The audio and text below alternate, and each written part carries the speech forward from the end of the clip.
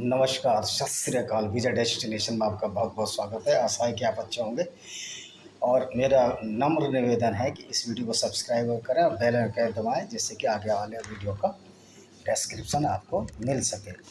तो अभी आज हमारी जो चर्चा होगी इस बात पर होगी, जो कृषि बिल हैं इसमें क्या खामियां हैं, ये क्या पॉजिटिव चीज़ है। निष्पक्ष होगी, ना किसी पार्टी का फेवर लिया जाएगा, सिर्फ किसानों के हित की बात की जाएगी। तो इसमें पहला पॉइंट ये है कि किसान जो है अपना माल कहीं भी बेच सकता है, किसी भी जगह बेच सकता है और किसी भी रेट में बेच सकता है। अगर उसको ज़्यादा रेट मिले तो ज़्यादा पर बेच सकता है। तो इसमें जो खामी है इसमें यही है कि इसमें किसानों को ये खामी लग रही है कि ये जो छोटा किसान है वो कहाँ जाएगा।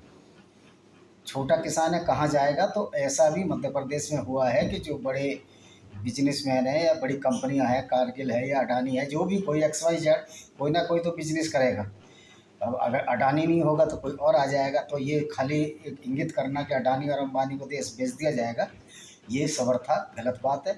अडानी और अंबानी की जगह कोई और रिप्लेस होगा, लेकिन बिजनेस तो चलेगा। ये सृष्टि का नियम है और ये आर्थिक पॉलिसी का भी नियम है कि बिजनेस के बिना कोई भी आर्थिक नीति नहीं चलती है और कोई भी देश नहीं चलता, देश की अर्थव्यवस्था नहीं चलती है। तो खाली इंगित करके एक पर्टिकुलर आदमी अडानी अंबियानी इनको गाली दी जाए, वो भी गलत है। ऐसे बहुत से बड़े किसान हैं जिनकी अपनी राइस मिलें भी हैं। जैसे शाहजहानपुर में एक सुखबीर राइस मिल के नाम से राइस मिल है, वो बहुत बड़े किसान की है। तो और भी जो VM सिंह, जो किसानों के नेता हैं, सरदार VM सिंह, वो भी बहुत बड़े जमींदार हैं, उनके पास भी बहुत सारी ज़मीन है। तो चर्चा है हो रही है कि जो छोटे किसान हैं उनके लिए क्या परेशानी है। उनके लिए परेशानी ये है कि वो ट्रांसपोर्टेशन वगैरह नहीं कर सकते और उसमें उनका खर्चा आएगा और लागत बढ़ जाएगी, जिससे कि उनको बहुत मुनाफा नहीं होगा। और बहुत छोटे छोटे किसान, नंबर 1 ये है कि भारत की आबादी इतनी ज़्यादा है कि उसमें किसानों के जोत बहुत छोटे छोटे हैं। और जो किसानों के जोत बहुत छोटे छोटे हैं, उनको उनका समुचित लाभ इसलिए नहीं मिल पाता। खेती जो है बहुत ही अनऑर्गेनाइज्ड सेक्टर में हो रही है। किसी पर बहुत सारी ज़मीन है, किसी पर बहुत सारी ज़मीन नहीं है। जो छोटे किसान हैं उनकी उनकी जो है मुसीबत है। तो छोटे किसानों को की आमदनी बढ़ाने के लिए जो उपाय किए जाने चाहिए, एक्चुअल में ये शुरू से ही लगा नहीं। एक तो ये है कि फसलों का चक्र होना चाहिए। अब गेहूँ है तो गेहूँ बो रहे हैं और गन्ना है तो गन्ना ही बोए जा रहे हैं। तो उससे हो क्या रहा है कि जो MSP इनको सरकार को 67 से डिक्लेयर ज़बरदस्ती करनी पड़ रही है, चूँकि ज़रूरत से ज़्यादा उत्पादन हो जाता है। जब माल खरीदने जाएंगे, जब डिमांड एंड सप्लाई में जब ज़रूरत से ज़्यादा माल उत्पन्न हो जाएगा तो उसकी कीमतें अपने आप घट जाएंगी। आपने देखा होगा अगर टमाटर ज़्यादा हो गए तो लोगों को महाराष्ट्र में टमाटर सड़कों पर फेंकने पड़े। यही हाल प्याज का रहा। तो एक तो ये सरकार की पॉलिसी होनी चाहिए कि इनका जो माल है या जो इनका क्रॉप है वो इस तरह से बैलेंस्ड किया जाए कि कहीं भी एक सरप्लस हो, लेकिन इसका मतलब ना हो कि इतना सरप्लस हो जाए कि वो फेंकना पड़े। और सरप्लस वही चीज़ें हैं वो जिनको हम स्टोरेज 2 या 3 साल कर सकते हैं, जिसमें कि पल्सेस और फूड ग्रेन वगैरह आते हैं, ना कि सब्जी और प्याज और इस तरह की चीज़ों को एक लिमिट में ही लगाया जाए। और दूसरी बात यह है कि जो शहर के लोग हैं वो भी सब्जी और छोटी छोटी चीज़ों के लिए, धनिया और पुदीना के लिए अपने स्टोरी और बिल्डिंगों में गमले में लगाएं, जिससे कि ये जो है सब्जियों की आपूर्ति से जो गाँव से शहर में आ रही है वो भी कम हो सके। तो इससे फ़ायदा ये होगा, सबसे बड़ा फ़ायदा ये होगा, जो किसान है जिसको सब्जी में नुकसान हो रहा हो वो इतनी सब्जी लगाएगा ही नहीं कि जितनी उसको खपत से ज़्यादा हो, नंबर 2। और जो फूड ग्रेन है, ये फूड ग्रेन 3 या 4 साल तक स्टोरेज किए जा सकते हैं।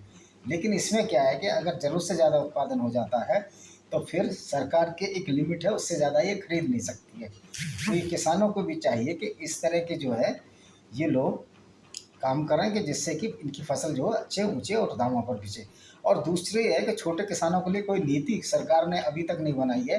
जिस तरह की बहुत सारी अमूल की फैक्ट्री अपने आप ही सेल्फ डिपेंड चल रही है, तो छोटे किसानों के लिए जैसे गोट फार्मिंग है, पोल्ट्री फार्मिंग है और मधुमक्खी पालन है और एमू एक पक्षी होता है उसका पालन है। अगर कोई मांसाहार का काम नहीं करना चाहता तो मधुमक्खी पालन कर सकता है और जड़ी बूटी उत्पादन कर सकता है और पोल्ट्री फार्म उत्पादन करके उसके अंडे भी बेच सकता है और ऐसी छोटी छोटी और महंगी चीज़ें लगा सकता है, जिससे कि उसकी आमदनी बढ़ जाए।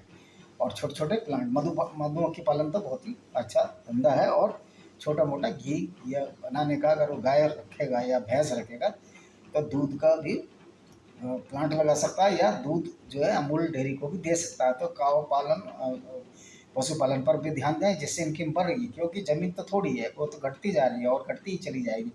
तो हमें उसकी एक तो उपज बढ़ानी पड़ेगी, चूँकि किसान की उपज की भी एक लिमिट होती है। तो इस धंधे को हमें एग्रीकल्चर जो प्रोडक्ट हैं, जो उससे एलाइज जो धंधे हैं, उनको आगे बढ़ाना पड़ेगा। तो इस तरह इनकी आमदनी बढ़ जाएगी। और दूसरा रहा बात ये कि किसान कहीं भी माल बेचें, तो सरकार को इसमें ये कर देना चाहिए कि एक मिनिमम जो है एमएसपी ज़रूर होनी चाहिए, लेकिन उसमें ग्रेडिंग बना देनी चाहिए। अब होता क्या है कि किसान ख़राब माल लाता है, और ख़राब माल को भी सरकारी अफसरों को मजबूरी में ख़रीदना पड़ता है, क्योंकि पॉलिटिकल लोग दबाव डालते हैं। उससे ख़राब क्वालिटी आती है, धान की भी आती है और गेहूँ की भी आती है। जब वो ख़राब क्वालिटी का माल वो खरीदते हैं धान का, मैं ये नहीं कह रहा कि ख़राब क्वालिटी का माल ना खरीदें, उसका ग्रेडिंग होना चाहिए कि ये खाने लायक है, ये नहीं खाने लायक। जो ख़राब क्वालिटी का माल है उसको भी खरीदें, लेकिन ग्रेडिंग के हिसाब से खरीदें। अगर सरकार को लगता है कि ख़राब क्वालिटी के माल को भी एमएसपी देंगे, तो सरकार फिर उस पर सब्सिडी दे।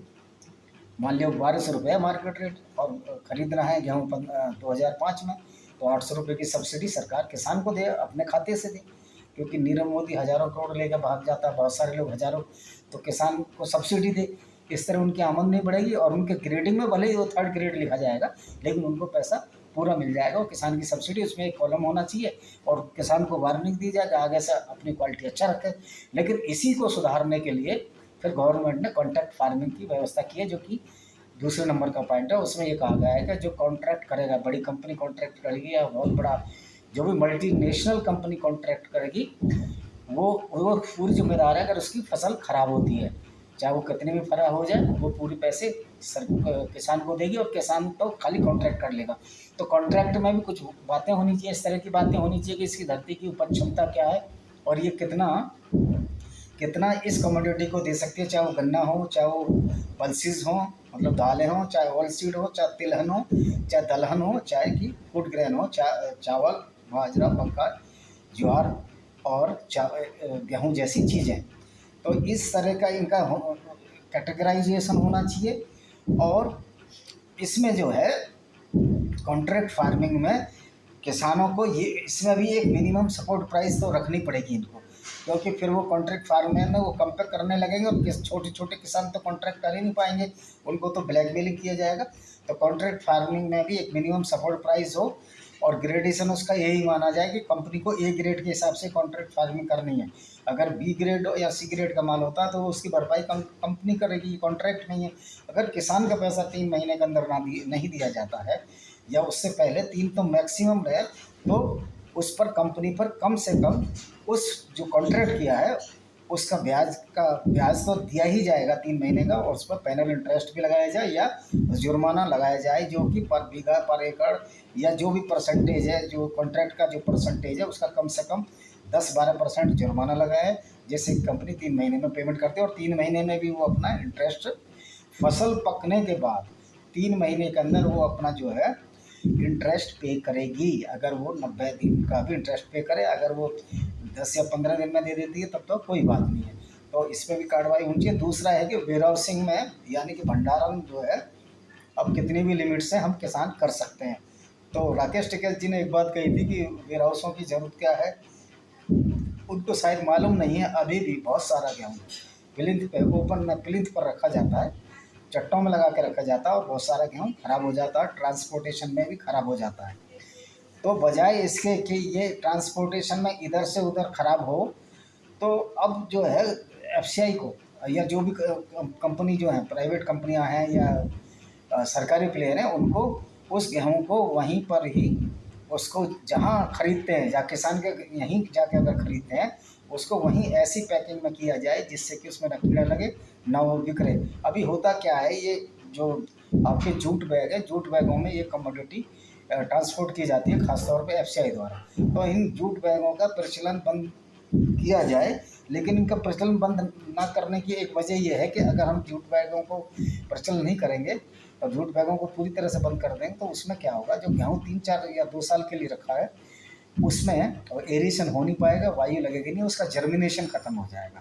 तो जर्मिनेशन, इसलिए ये मजबूरी होगी जूट बैगों की, जूट बैगों में रखी। इसका सबसे बढ़िया विकल्प ये है कि सीधे साइलो बनाई जाए और ट्रेनों को वेयर हाउस तक लाया जाए या एफसीआई के गोदामों तक लाया जाए और वहीं पूरा उसको डाल दिया जाए और इसको क्षति को भी कम से कम बचाया जाए और जो इस तरह की क्षति करते पाएँ उनके खिलाफ भी कार्रवाई की जाए, जैसे कि प्लेटफार्मों में रैक लोडिंग के समय गेहूँ खराब होता है। दूसरा ये है, सरकार क्या करती है कि जो पंजाब से गेहूँ आता है, बहुत सारे पंजाब का जो गेहूँ है उसमें कर्नल बेंट आता है। कर्नल बेंट एक तरह का फंगस है जो कि गेहूँ के जर्मिनेशन को ख़त्म कर देता है और उसी गेहूँ को फिर राशन में बांटा जा रहा है। और जो ब्रोकन होता है चावल का, डैमेज डिस्कलर और चौकी जो होते हैं उसकी क्वालिटी अगर ख़राब है तो उसको राशन में बांटा जाता है। और ये करप्शन होता है खरीद जो करती है एफसीआई की, एफसीआई और जो स्टेट एजेंसीज हैं और कहीं कहीं स्टेट एजेंसी भी करती हैं जैसे छत्तीसगढ़ वगैरह में, तो ये पैसे ले लेते हैं और ख़राब माल को राइस मिलरों से ले लेते हैं और राइस मिलरों से पर लाट जो पैसे लेते हैं। लाट एक 540 बैग का है, पहले 500 बैग का था, 540 बैग का कर दिया, उससे पैसे ले लेते हैं, उसमें डैमेज डिस्कलर सबको पिल दिया जाता है। तो आपने सुना होगा कि दावत खाने से इतने लोग मरे, एफसीआई से माल गया था, ये गया था, चावल था, राशन का चावल था, ये तो राशन एफसीआई का चावल था, उसमें जो है बहुत सारे लोग मर जाते हैं। तो किसान के लिए इनको क्या करना चाहिए, अगर किसान का ख़राब माल भी लेना लो, लेकिन उसमें ग्रेड थर्ड या जो भी कैटेगरी लिखनी है लिखो और उसमें ये भी लिखा जाए कि सब्सिडी दी जा रही है अगर किसान डायरेक्ट सरकार को बेचता है। अगर कॉन्ट्रैक्ट फार्मिंग करता है तो कोई दिक्कत ही नहीं होगी, एक ग्रेड मिलेगा और उसकी एक एमएसपी यहाँ भी होनी चाहिए, कॉन्ट्रैक्ट में भी एमएसपी होनी चाहिए और जो खरीददार है उसमें भी एमएसपी उसमें भी होनी चाहिए, थर्ड ग्रेड की भी होनी चाहिए, सेकंड फर्स्ट की भी होनी चाहिए। लेकिन अगर सरकार चाहती है कि थर्ड ग्रेड का माल ए ग्रेड में बिके या फर्स्ट ग्रेड में बिके तो उसमें उसको सब्सिडी दे, तो किसान को तो सब्सिडी देनी पड़ेगी। और छोटे किसानों की आमदनी बढ़ाने के लिए गुड फार्मिंग है और बहुत सारे है, डेयरी फार्मिंग है, पोल्ट्री फार्म है, मधुमक्खी पालन है और बहुत सारी चीज़ें हैं, छोटे छोटे उद्योग हैं, जैसे फूड प्रोसेसिंग के लिए खेत पर जैसे टमाटर की सॉस है या ये चटनी है, इसको अनऑर्गेनाइज्ड अगर उद्योग में लगाया जाएगा और उसकी खरीदने की जिम्मेदारी गवर्नमेंट कराए, कंपनियों से कॉन्ट्रैक्ट कराए, वो भी बिकवाए, क्योंकि सरकार का कार्य होता है कि हर आदमी की इनकम को बढ़ाना। दूसरा है किसानों की फसल का बीमा जरूर कराया जाए, कॉन्ट्रैक्ट फार्मिंग में कोई दिक्कत नहीं है। अगर उसकी खुद की फसल है और छोटा किसान है, मान लिया 8 या 10 बीघे का किसान है, तो उसका बीमा कराया जाए और बीमे की भरपाई दी जाए। किस किस कीमत पर दी जाए, अगर बारिश हुई, ओलावृष्टि हुई तो, और नहीं हुई, ओलावृष्टि हुई है इस तरह की, ऐसा नहीं कोई आग खेत में आग लगा ले उसको बीमा दे दिया जाए। इन चीज़ों को बिल्कुल भी वो नहीं किया जाए, बल्कि जिसने आग लगाई अगर पता लग जाए किसान ने आग लगाई उसके खिलाफ भी सजा हो, अगर दूसरे ने लगाई है तो उससे पुट करके उसको वो पैसा दिया जाए। और दूसरी बात ये है कि जो ये पटवारी हैं ये भी जब फसलों का सर्वेक्षण कराते हैं उसमें बहुत बदमाशियाँ करते हैं। आज ही एक पटवारी पकड़ा गया है कि शहर के उसमें माना, तो इस पर करप्शन लगाया जाए और किसान को ऐसी ट्रेनिंग दी जाए, हर किसान के घर में पढ़े लिखे बच्चे हैं, ऐसी ट्रेनिंग दी जाए क्वालिटी कंट्रोल की, इनको हापुड़ में या वहीं ऑन द स्पॉट गांव में ट्रेनिंग कराई जाए, एक सर्टिफिकेट दिया जाए जिससे ये अपनी कैटेगरी खुद ही देख सकें और उसको ही मान्य किया जाए। क्योंकि एफसीआई के लोग और दूसरे लोग स्टेट एजेंसी के लोग और ये दूसरे लोग हैं और जो पटवारी है फिर इनसे करप्शन नहीं कर सकेंगे और इनसे क्वालिटी के नाम पे इनको ब्लैकमेल नहीं कर सकेंगे। तो इनको आईजीएमआर हापुड़ में या किसानों को वहीं भी ट्रेनिंग दी जाए, सीडब्ल्यूसी और ये काम कर रही है, लेकिन किसानों को ये पावर नहीं दी जाती है कि अब ये क्वालिटी को या एनालिसिस कर सकते हैं, ये पावर उनको दी जाए इर्रेस्पेक्टिव ऑफ उन्होंने बीएससी की डिग्री ली, साइंस में है या आर्ट में। ये बहुत कॉमन सी चीज़ है कि ये क्वालिटी कैसी है, अच्छा गेहूँ कैसा, चमक कैसी है, ये बहुत ही कॉमन फिनोमिना है और इनको इस तरह से ऐसा दरवाजे बंद करके ना रखा जाए कि कॉमन मैन के लिए ना हो। तो उससे क्या होगा, जो इनका भ्रष्टाचार भी खत्म होगा एफसीआई वालों का, और ये जो भी स्टेट गवर्नमेंट एजेंसी पटवारियों का भी जब वो सर्वे करते हैं उसमें भी किसान का सर्वे फाइनल माना जाए, उसकी वीडियोग्राफी कराई जाए, कैटेगराइज होगा, किसान का सर्वे ही मेन माना जाए। पटवारी साइन करता है तो ठीक 7 दिन के अंदर, नहीं करता तो पटवारी के खिलाफ कार्रवाई करके उसको जेल में डाला जाए। हाँ, अगर किसान गलत सर्वे कर रहा है तो उसको मुआवजा ना दिया जाए, उसको कोई मुआवजा ना दिया जाए, कोई इंश्योरेंस ना दिया जाए। तो यही सुधार है। एमएसपी तो आपको लगानी पड़ेगी, कॉन्ट्रैक्ट फार्मिंग में भी लगानी पड़ेगी और एमएसपी आपको छोटे किसानों के लिए भी लगानी पड़ेगी अगर सरकार खरीदती है। और वेयर हाउसिंग में ये है कि जो भंडारण कर रहे हैं प्राइवेट पार्टी, कहीं इतना भंडारण ज़्यादा ना कर लें कि उस रेट को बढ़ा कर बेच दें। और ये जो गैप है, मान लिया टमाटर 2 रुपये किलो किसान से आया और हमको मिल रहा है 40 रुपये किलो, तो ये 38 रुपये का जो लॉस ये है, चलो ट्रांसपोर्टेशन 2-3 रुपये ट्रांसपोर्टेशन लगा लो, कुछ ख़राब हो जाता है, 4% ये लगा लो, 6-8%, और हम 38% का गैप है। तो ये जो 8% को बढ़ा के किसान को 15% दिया जाए, कम से कम 15 या 20% किसान को उसका लाभ दिया जाए, और जो मार्जिन है वो 10-12% का बिजनेसमैन को मिले। किसान की आय ऑटोमेटिक बढ़ जाएगी। किसान की आय जो किसान जो बेचता है और जो हम खरीदते हैं उसमें जो फ़र्क है उसको गैप को कम किया जाए, और उसका पड़ना किसान की तरफ किया जाए। किसान की आय अपने आप बढ़ जाएगी, और ये सारा आंदोलन है जो किसानों को टाइम फेस हो जाएगा। ये इसमें सॉल्यूशन अच्छे हैं, कृषि बिल अच्छा है, लेकिन इसमें कहीं कहीं जो पेच हैं जो हमने बताया उनको भी सुधार की आवश्यकता है। छोटे किसानों की इनकम बढ़ानी है, उनका फसल बीमा भी करना है, और ये पटवारी वटवारी का सर्टिफिकेट नहीं, किसानों को ये आप एजुकेटेड कीजिए, पूरे देश को एजुकेटेड कर देंगे तो करप्शन भी ख़त्म हो जाएगा। और हमको है क्या, देश में हमने पावर को बांटा हुआ नहीं है, हमको हर व्यक्ति को पावर देनी है, ये नहीं कि सरपंच के थ्रू देनी है। हर व्यक्ति को अपने माल की क्वालिटी कंट्रोल की पावर देनी है। जो जो प्रोडक्शन हम कर रहे हैं उसके मालिक हमें क्वालिटी चेक करेंगे, और हमको वो ट्रेनिंग दी जाए, और हमारे साथ अनिवार्य हैं उसमें क्वालिटी कंट्रोल में, अगर कोई दूसरी सरकारी एजेंसी साइन नहीं कर रही है जानबूझ के, अगर 7 दिन के अंदर एक टाइम रखे, उसके खिलाफ कार्रवाई करके उसको जेल भेजा जाए, तो ये करप्शन भी रुक जाएगा और किसानों की दशा में भी सुधार होगा। इसी के साथ मैं इस वीडियो को समाप्त करता हूँ। आशा है कि आपको वीडियो पसंद आएगा। सब्सक्राइब करें, बेल आइकन दबाएं। धन्यवाद।